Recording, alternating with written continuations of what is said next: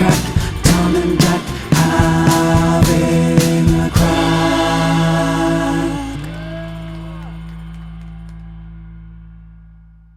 Jack having a crack. Welcome to Tom and Jack having the crack. Every week we sit down with another comic, have some crack. This week we have a wonderful guest. Jack, do you want to introduce our guest? Yeah, we have Kelly. Maxine, did I get that right? No, that's not your surname, is it? Kelly Ford. Kelly Ford. But Maxine is what you say on social media. Yeah. I'm Kelly Ford, but I have an extended name on Facebook to hide myself from fans.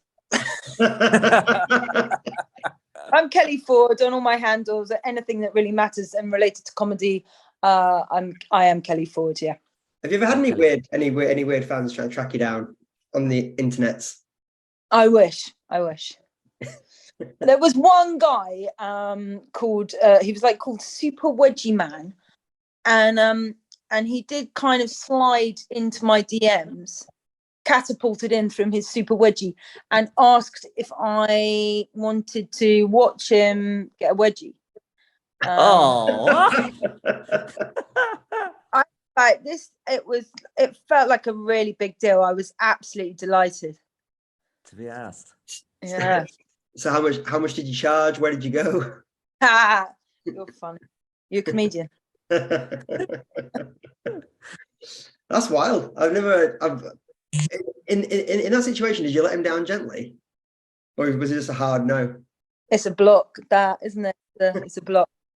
Life's too short. To get really painful wedgies, man. Wedgie, yeah.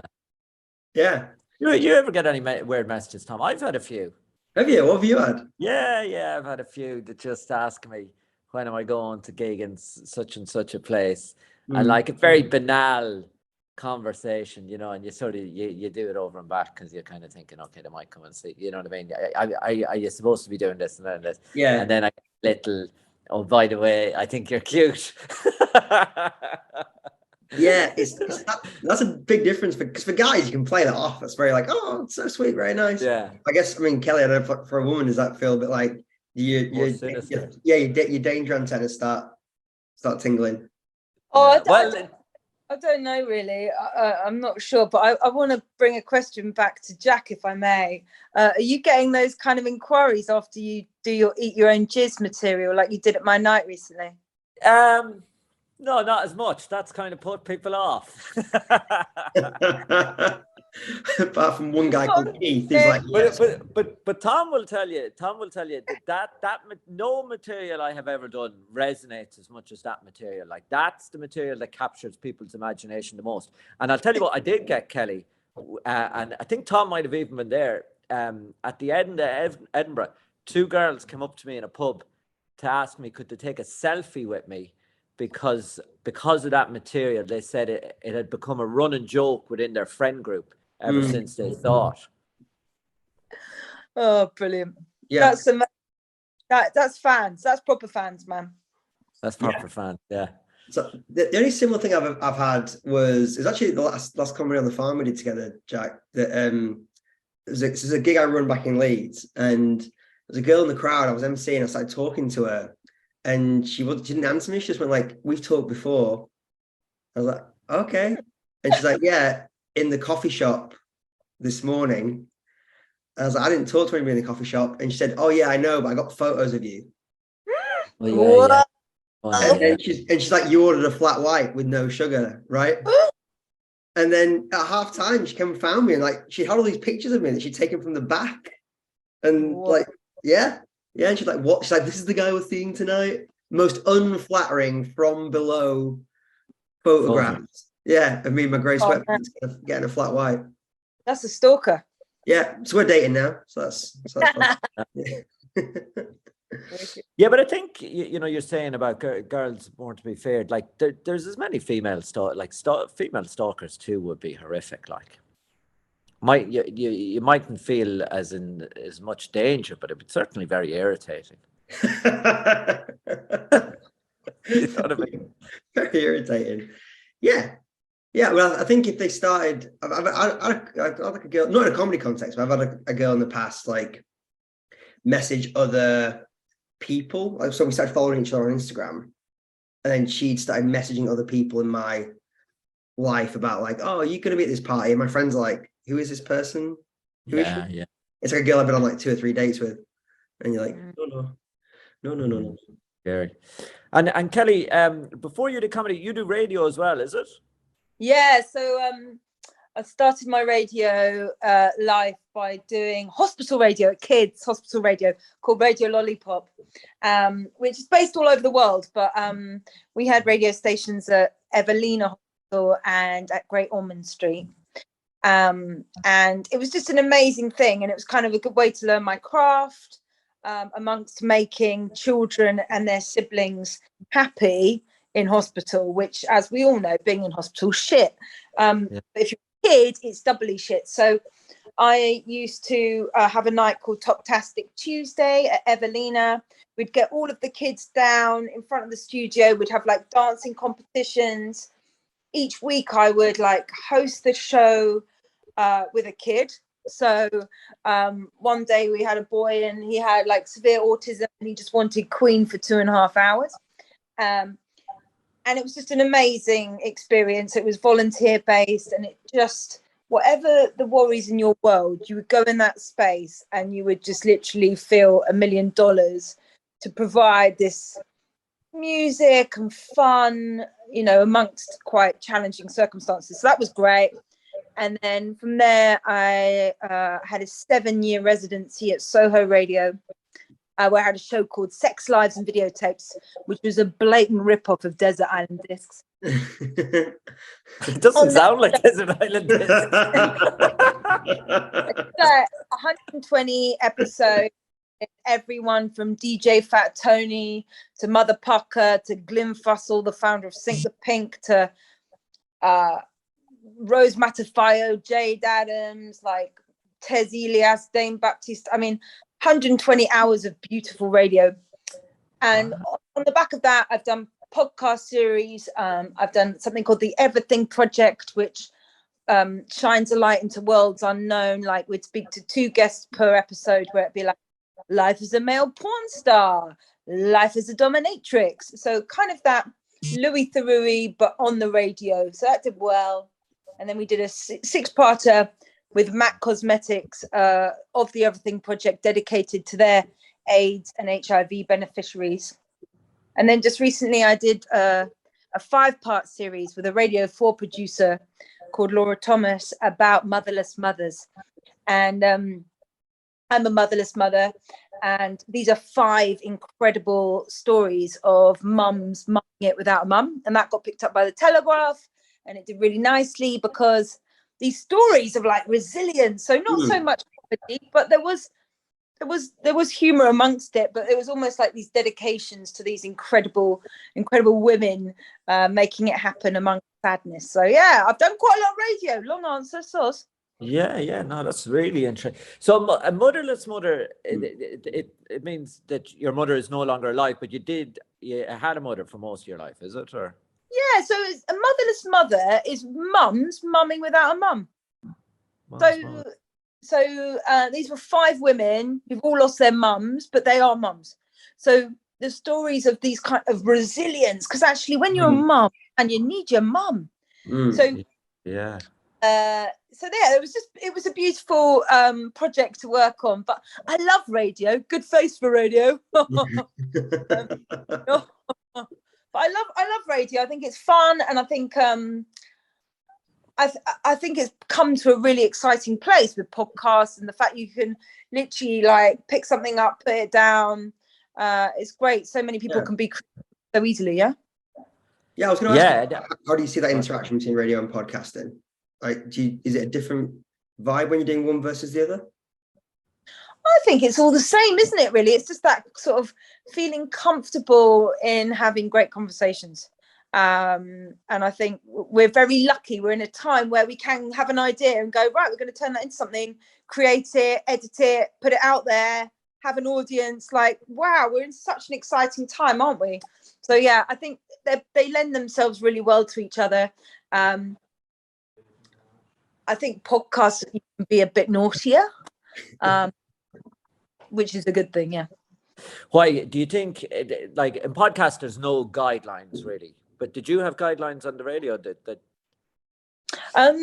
Well, I've done a few little pieces for Women's Hour, and obviously with with those guys with BBC, you have to be a little bit careful. But with Soho Radio, there was a strap line there at the time that said it was a music station you could swear by. So people would always say, "Can I swear?" And I'd be like, "Well, you can swear, but there are other words. If you can use other words. I mean, That's right. Yeah. Well, it's interesting because I did pirate radio for a little while, and they wouldn't let me swear. They used to give out to me. Yeah, they used to give out to me for swearing. Oh wow! Because they wanted people to, if people stumbled on it, to think it was a proper station. Do you know what I mean? They wanted it run. They wanted it to run and sound like a proper station. So they felt like that if there was cursing on it, then people would think it doesn't sound. They want it to sound as good as any other station, Of course, yeah. Wicked. That must have been fun. Yeah, it was very good fun. Because originally, before I did comedy, I did radio. I actually wanted to be on radio, because I love the intimacy of it, and radio is huge in Ireland. I think Irish people and Dutch people per head of population listen to more radio than anyone else in the world, and people really in Ireland, people really open up on radio, like. Really? Oh yeah. There's so many chat shows, radio chat shows in Ireland where people just ring in and talk about their problems, and like they settle everything. And I think everybody in Ireland will remember, like, because when you're like, there's a radio show I still remember to this day when I was a child. There was a woman in Ireland, Veronica Guerin, who was a journalist who got murdered by gangsters in Dublin.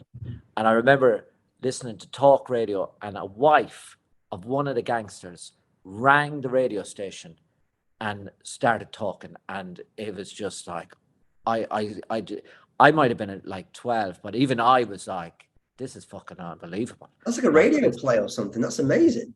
This is like the stuff she was, and like even the presenter was like, are you not afraid of stuff? And she was like, he raped my children, he did this, he did that, like I hate him. And this is true crime, like pre-true crime, man. That's like true crime. Yeah, and that's exactly, I like true crime, and that couldn't happen anywhere else. Those type of things, and I think with radio, now the one we had that was most magical was we did a show about UFOs, and I think things can happen on radio that are magical, like, and we did a show about UFOs, and it descended into this massive debate, heated debate about whether UFOs existed or not, and like. It was supposed to be a music show, and we weren't really playing any music because we were just arguing so much about UFOs, right? And then someone sort of realized that, we should be talking less and playing more music. But the way he did it was so brilliant. Like he grabbed the microphone as if to say he was good. Like we all thought he was going to add something to the debate. And what he actually said was, he said he didn't know if UFOs do exist. He didn't know if aliens existed, but he did know that they loved house music. And then we just played the music for the rest of the night, and we were all in hysterics for like, it was one of those ones where people were laughing 10-15 minutes later, everyone was still laughing, like, and it was just, it felt like magic. And I don't, it's those type of things happen on radio. Yeah, that's amazing. I thought what you were going to say was he got the mic and was like, there goes one now.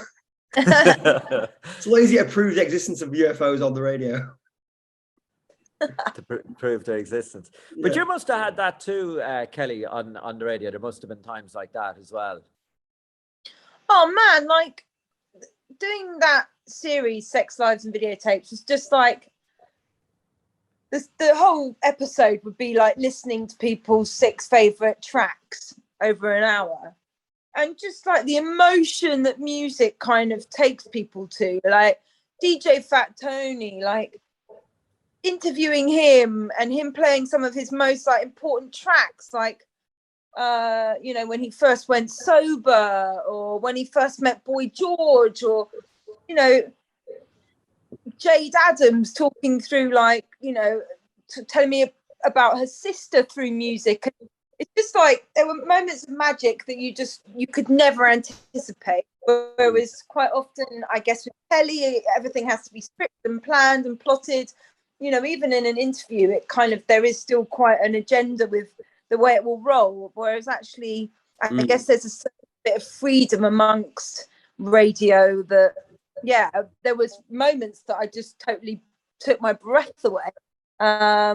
And I think that's quite often because music can take you to a place of, you know, take you to so many different places. So yeah, it's really a privilege to have had that opportunity. Yeah. And so you're not, is Soho Radio still going, or? Yeah, Soho Radio is still going. They have a music channel and a culture channel. And, you know, fair play to those guys. They managed to keep the station running amongst the pandemic. I still occasionally guest host on there. I did a lovely piece for International Women's Day this year. So yeah, love the Soho Radio family. I'm very proud of my work with them. Yeah. Oh, brilliant.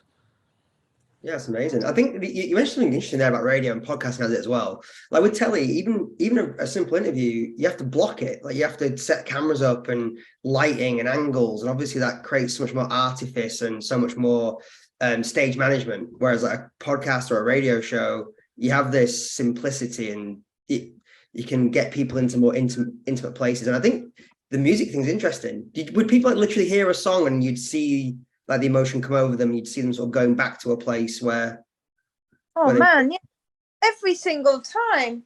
Yeah, every single time. These are like their 6 favorite tracks in the world, so definitely it was quite something. And actually it's quite an interesting experiment doing yourself. Like, what are your 6 favorite tracks? What would they be today? Would they be the same as they would be tomorrow? But I just think all of the stuff I've done on radio and podcasting has helped me be a better comic. And, you know, in terms of my ability on stage, I think all of that time kind of interviewing and speaking to people and gaining confidence in kind of having to handle things sometimes in the moment, it's definitely helped me in the old comedy vibes. Do you feel the same, Jack, as well? That it gave you that sort of like... Yeah, I do. I always said it to people. I felt because I did radio for 5 years before I did comedy, and I think it just helped a little bit with the anxiety of public speaking. So I feel when I started comedy, I felt the only kind of mountain I had to climb was to be funny. Like I had already gone through the whole, I don't like the sound of my voice. Am I making a fool of myself? I felt like I had already jumped a lot of those psychological hurdles. Because I do remember the first year I did radio every week. And for the first year, I found it very draining in that I was terrified to say anything that I didn't think in my head before I said it. So that's very tiring. Afterwards, I would find it hard to sleep afterwards because I'd be thinking back through everything I said, going through my head, was that okay? And then you have to record it and listen to improve. But initially, my voice didn't sound like me. It sounded irritating, and I felt like I was listening to somebody else. But after a while, that all disappeared. So by the time I started comedy, I felt comfortable recording everything I did. I didn't feel like I had to think everything before I said it, so I had a bit of natural leeway there. So yeah, it definitely helped. Yeah. Cool. Oh man, I find it so hard. Do you get this? Where if you have a good one, that like you come home and I'm just like, I'm so yeah. like just like wired. Wired is the word. I don't know what to do. Wired. Yeah.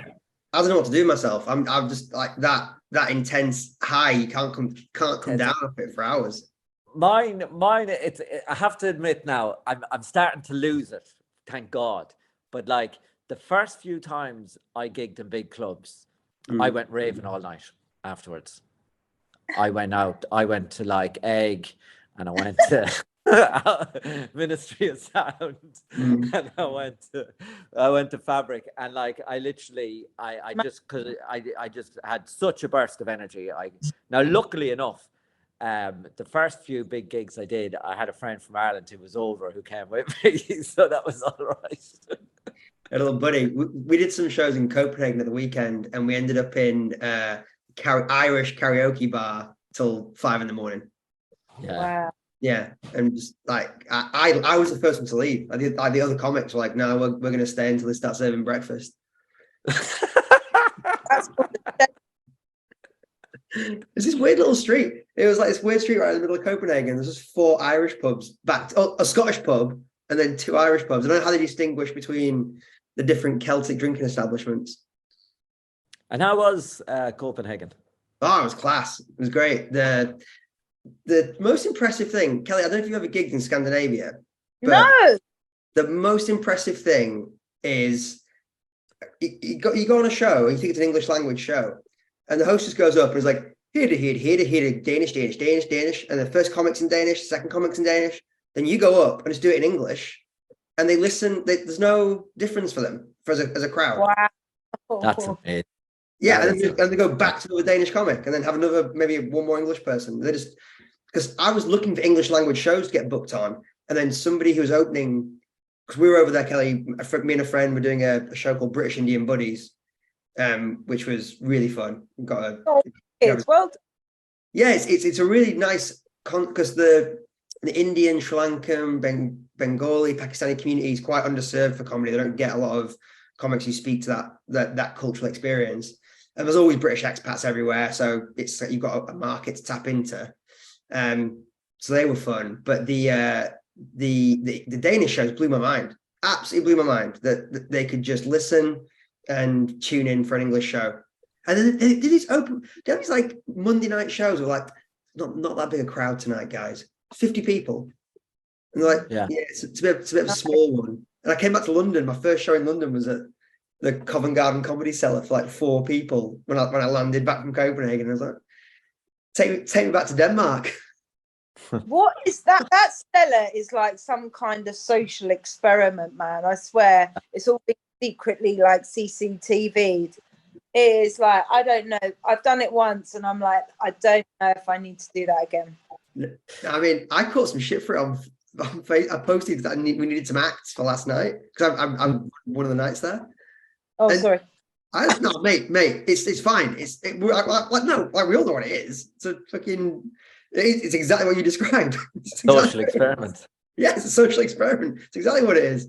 But you get a bit of stage time. You try some new bits. It's all good. Yeah, that's good. Someone like really went after on Facebook, like, this place is a scam. This place, like, they should be paying their comics. I'm pretty sure someone died down there. I was like, cool. So you want a 10 spot, or what's the right there every night of the week, motherfuckers.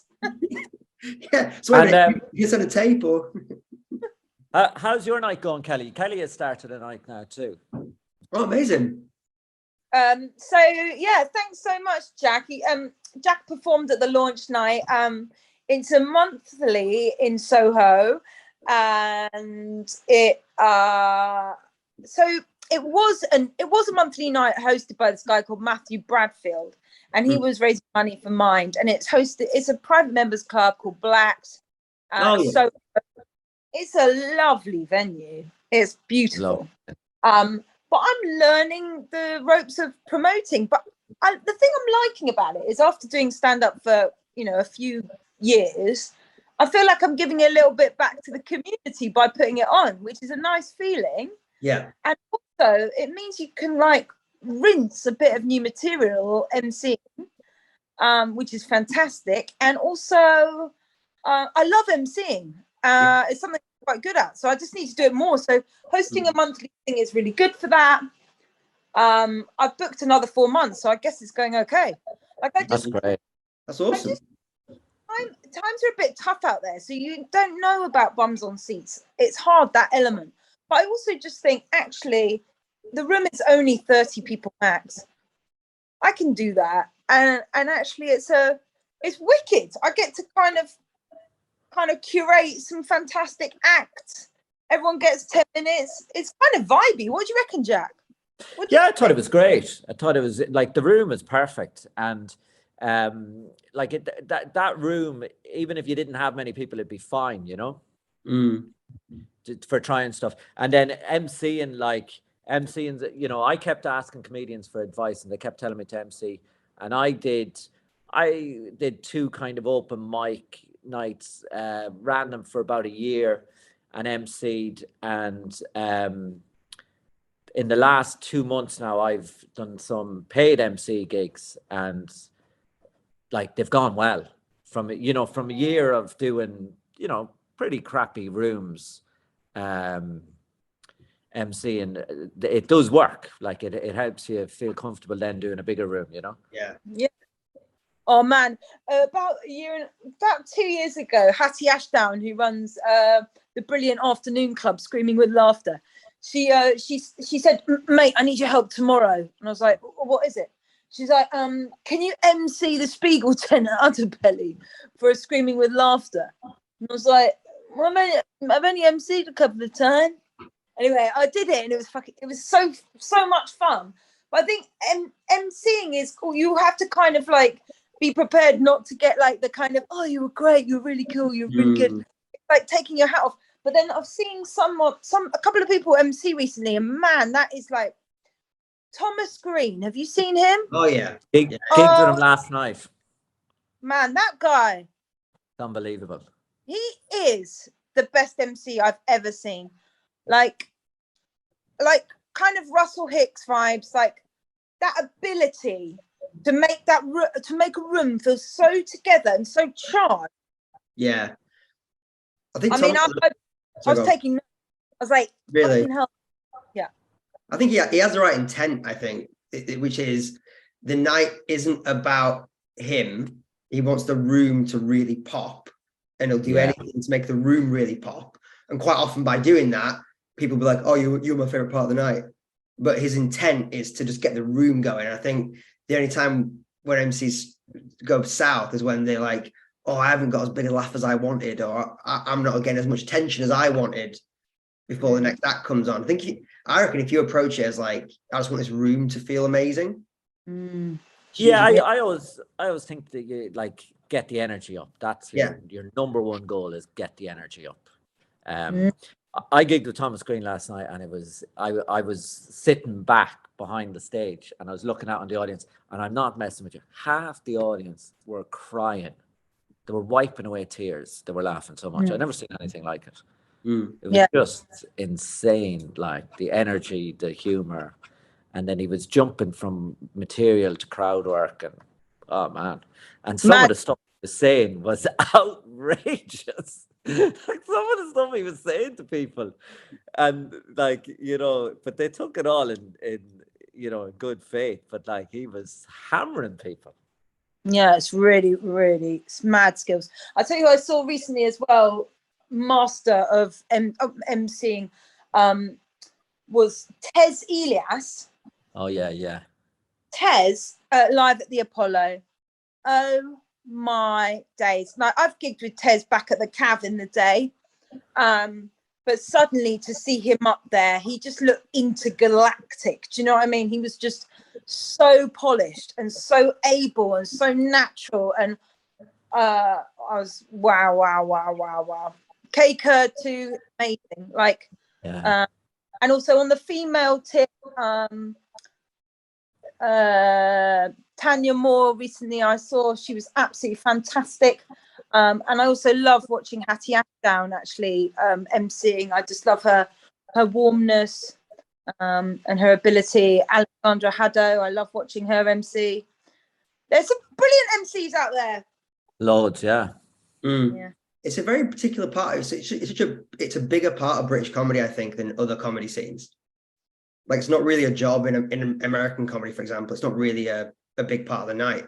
You just sort of like tell everyone the drink specials, bring up the first act.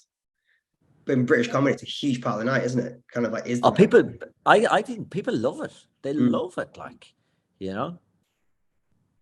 They're nosy, you see. That's what they want to. Yeah. They love hearing you ask, what does this person do, you know? Well, that's the thing I think is so interesting, Kelly. I don't know what you think about this. With British comedy, if you tell someone someone's job, the whole crowd makes a class assessment. Yeah, Very everyone's quickly. Like, who is it? Who's the poshest person in this room? Who's like, is my job better than their job? And again, I don't think that happens in other cultures as much as it does in our culture. So that's probably how it works. We love it, don't we? We're mad for it. Yeah. Yeah. Like, is this a good person or a bad person? oh yeah. Yeah. Like getting a quick assessment on like, should we like them or not? If they work in finance, is that okay? Not okay? Yeah. So, yeah. Okay, last night I did the blackout last night up the creek, and one guy in the audience was working for the FT, and the whole crowd just turned on him. He worked because his job title included the word financial, I reckon. Everyone was like, no, don't give him a card, fuck that, no. So yeah, you're totally right. You're totally right there. Judges pretty quickly. We're a judgy lot, us Brits. Yeah, but it's fun. Like it's a fun. Yeah, it's kind of pantomime, isn't it? Yeah. You know, we like our villains and our heroes, and yeah, definitely. Pantomime's a good way to put it, because you do get that reaction like, no, yes. It's behind. Yeah. I feel sorry for the FT guy. He's probably doing more than most people to bring down financial corruption.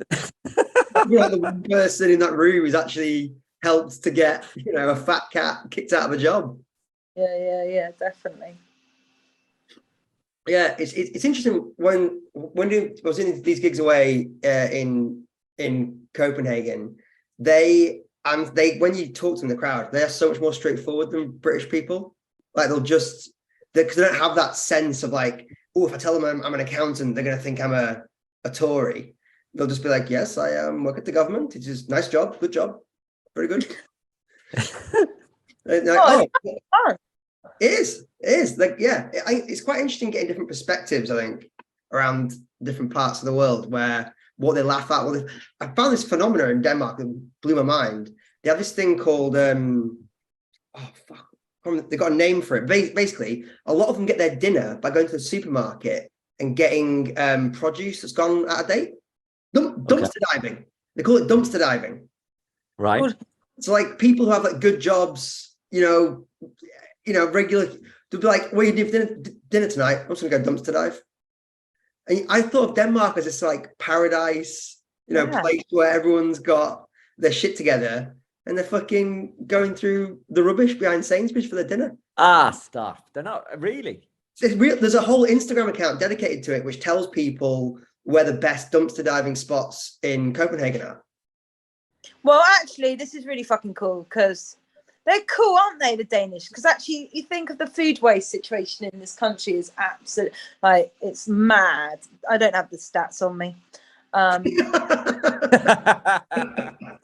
a tired old mum, but like, it is crazy. Like, so much food basically gets thrown away, doesn't it? So actually, fair play to the Danish. Did you go to Christiana? No, I didn't have time this time. Wild. Yeah, I went last time I was there. Have you ever been, Jack? I've never even heard of it. What is it? Oh. I've never been to Denmark. Okay, so there is this place in the center of Copenhagen that it's like a sacred place. It's like out of bounds. And in the 60s, some free love people kind of put together a bit of a commune there. And over the years, it's kind of grown, and the buildings there are kind of made out of old bits of glass and doors, and it's kind of very creative, and it's got a community. But then over the years, it kind of developed into, still it's got this community, but within it, it's got this thing called Green Light District, where basically you go and there are 6 or 7 different tables with umbrellas over, and then you just secretly go in under the umbrella. You would make a transaction for the marijuana or something else. Okay. Whatever your wish desires. Yeah, and then you would leave. But it's kind of run by gangsters, and it's the center of Christiana, and it's called the the green light district. Is that right? Yep, that's right. And they're very proud that shut down during COVID, because Sweden obviously was like open, happy to stay open the whole time. And Danish people are like, no, even Christiana Haven's shut down. We took it very seriously. So it's like in The Wire, Amsterdam. It's like It is a little square that has no law. It's exactly like that.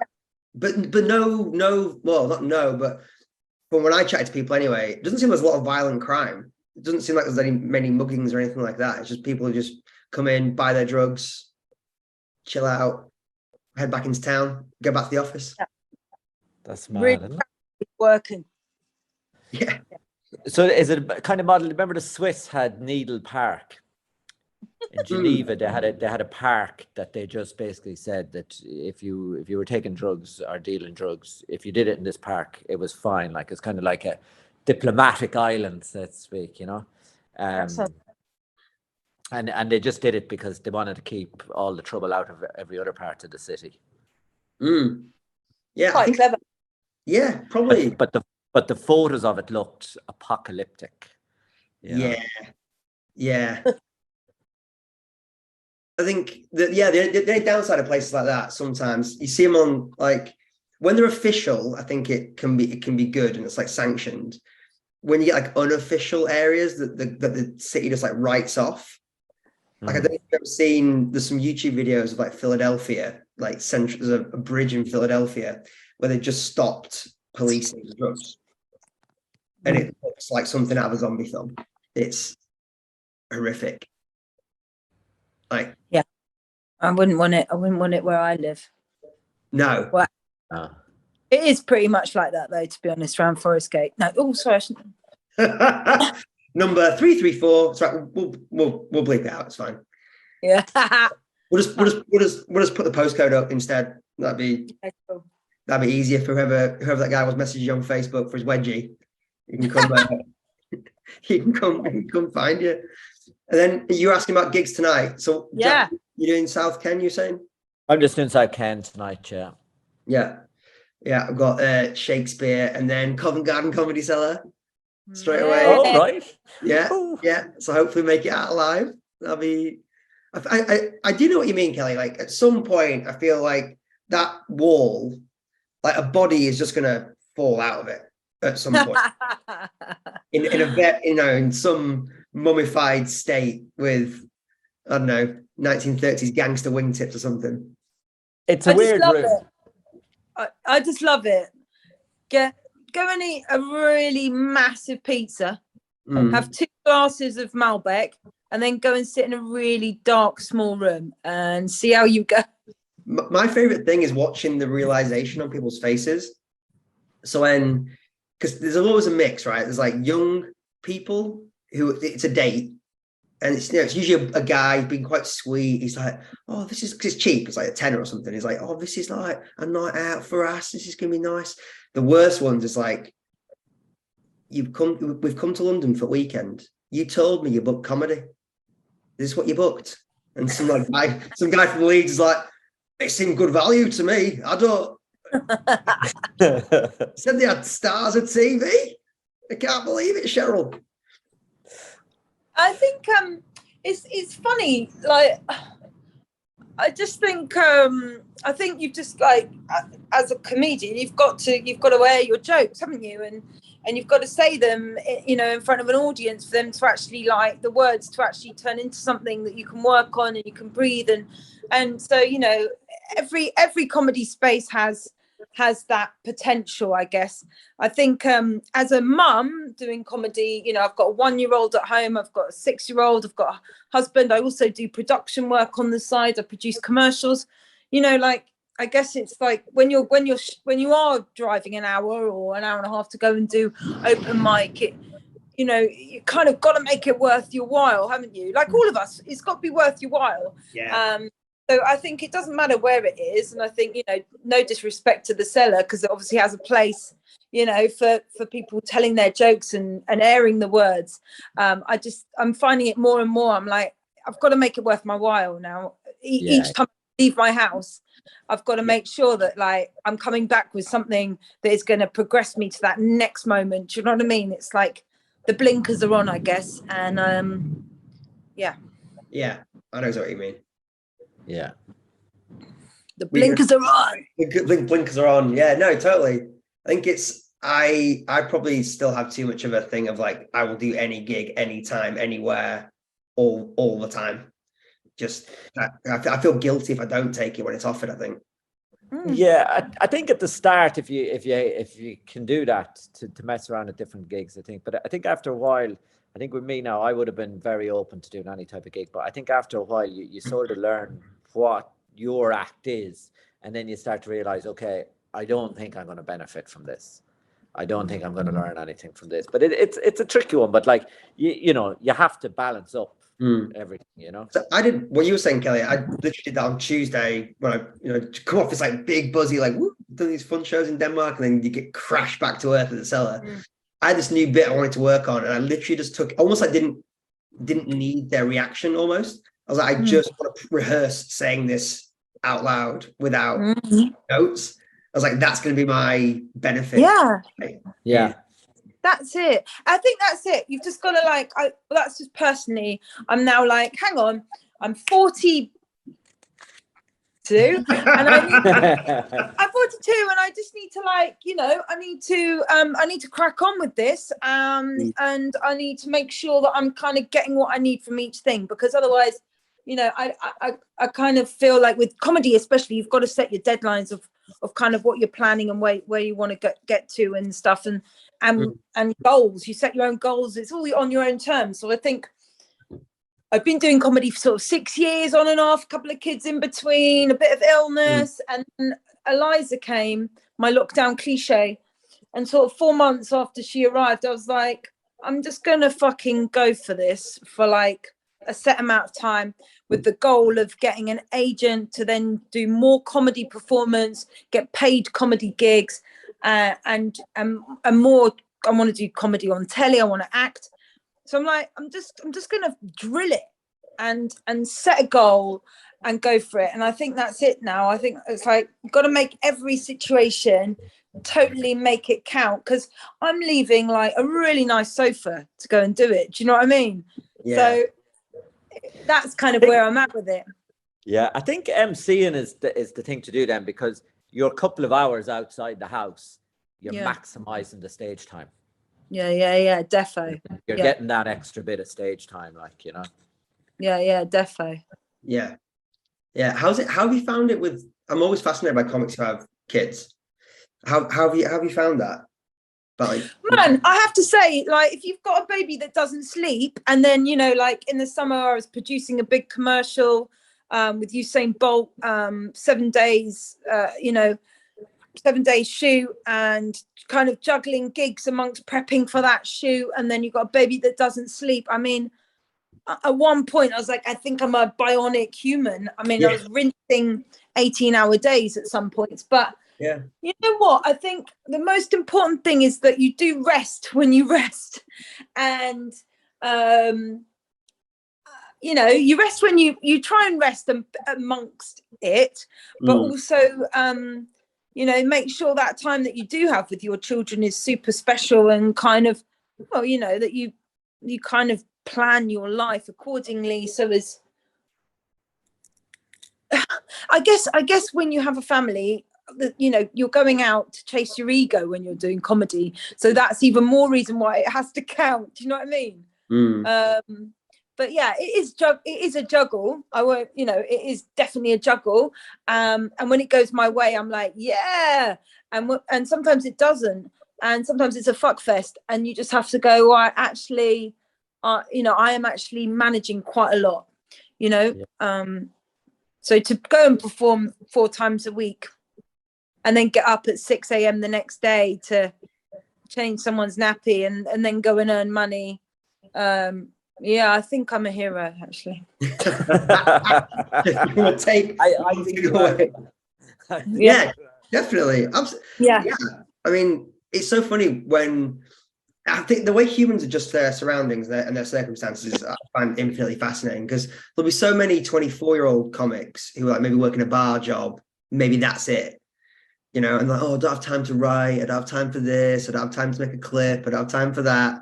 and there's you juggling like a real job, 2 children, and probably doing more gigs than most people are doing. And you somehow, I'm sure you're writing in the middle of it. Like you somehow found time to fit it all in. I also just want to say, like, massive shout out to my husband, because like he has done so many bedtimes. It is like insane. Like that guy has enabled me so much to go and fulfill this dream. And like, to Peter, thank you, because That's nice. it wouldn't be possible without, you know, your enablers, your supporters, your front row clappers, I call them, people who are kind of championing you. Yeah. So you really need a team. It takes a village. It really does. And thank fuck I've got someone who's nice and likes my panty liner jokes. Yeah. Plus. I was really hoping you're going to start crying then. That would have been a great thumbnail podcast. Oh, yeah. Yeah. That's great. That's lovely. You're right. I don't think any of us, I think all of us would struggle without at least 1 or 2 of those people in our lives because the highs are amazing, like we were saying earlier, but like sometimes the way, did anyone see that clip Paul Smith posted about? Yeah. Where do you know which one I'm talking about? I know the one you mean. Yeah. Oh, Yeah. I don't. So he posted this clip about how, was it like the Liverpool Arena he'd played or some big theatre? Something like that. Some really big gig, like a gig he'd been, idolizing his whole life. And he played it. And then he said the first thing he felt when he came off stage was this crippling sadness. Because he was like, I don't know what else to do. Or like, I've achieved the thing I wanted to achieve, and I don't know what to do with myself. And it's just interesting because we're chasing these dopamine rushes, and then you come down off them, and your brain is like, I haven't got any serotonin left to give you. I haven't got any happiness left to give you, because you just grabbed it all playing the Liverpool Arena or whatever it is. What did you think of it, Jack, when you saw it? Yeah, I thought it was interesting. But it was very interesting. But I suppose that's part of the challenge too of trying to balance all of that. Like thought it was very honest. Like I think like probably a lot of people have that, but I don't think everyone who would play a gig like that will have that. You know what I mean? Yeah. And I think what he's talking about, I think it's something that's very common in sports. Like there are players who struggle for the whole rest of their life because of the come down from professional sports. But then there are others who don't, Yeah. No. I think also, like, the nature of what we do, I do a lot of self-tapes, man. And, I would spend hours learning lines, getting my lighting set up, recording, sending, editing, blah, blah, blah, and not hear a thing, week in, week out. This is just, the resilience of like the ups, the lows, the rejections. Some people, I never forget a woman sitting down after my set. I sat down and her partner went, "What did you think of her?" And I just heard her go, just not my vibe, right? When you just like all of that, but it's like on a daily thing, you have to kind of go like, yeah, those ups, those downs. How do you keep your resilience and your undeniable ability when you're on that stage amongst all of those voices of like, well, they'd never got back to me, or that person thinks I'm shit, or so I do think you have to be really robust. I agree.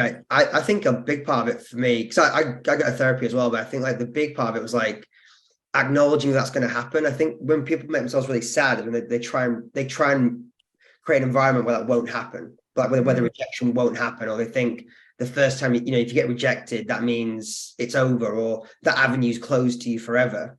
And I think a big part of it is just acknowledging it's going to happen all of the time, and it's a subjective art form, entertainment practice, whatever you want to call it. Some people won't. You won't be everyone's cup of tea.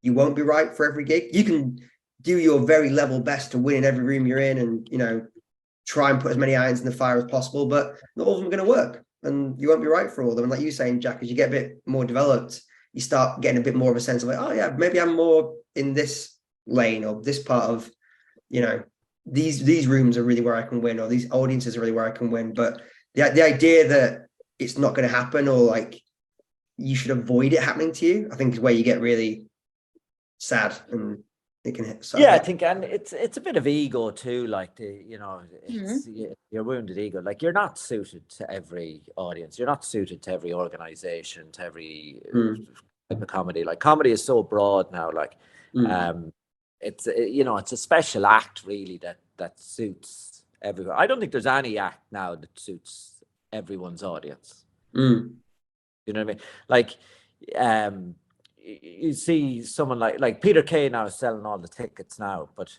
there's definitely clubs where they would like something that's a bit more on the zeitgeist of what's happening, and he's not going to give you that. No, exactly. I mean, you know what I mean? Oh, yeah, exactly. This gig in Sherburn and Elmeet outside of Leeds on Wednesday, and it was fine, but it was just, that's probably the room I've been in. It hasn't happened for a while, where you're like, I'm really struggling to find commonality between me and the audience, and I'm really struggling to find relatability, and I'm going through your Rolodex of material, like what would be a good thing to bring them back on board. And I couldn't really even take the piss out of them, because the things I was thinking of were like things I actually felt about that audience, because I'm from Leeds, so I have always like baggage of like what I think about, so I couldn't really even do like the MC thing, because I was like, oh, I'm gonna say something real rather than something that'll be funny. Yeah, but I think I was talking to someone about this recently. I think that's a good thing, because I think there's a big difference between comedy and actors are always kind of slightly in awe of comedians. And I think in comedy, you start off acting, but the mask just keeps slipping. Yeah. Because you're tired, you're hungry, you know what I mean? Someone says something, you react.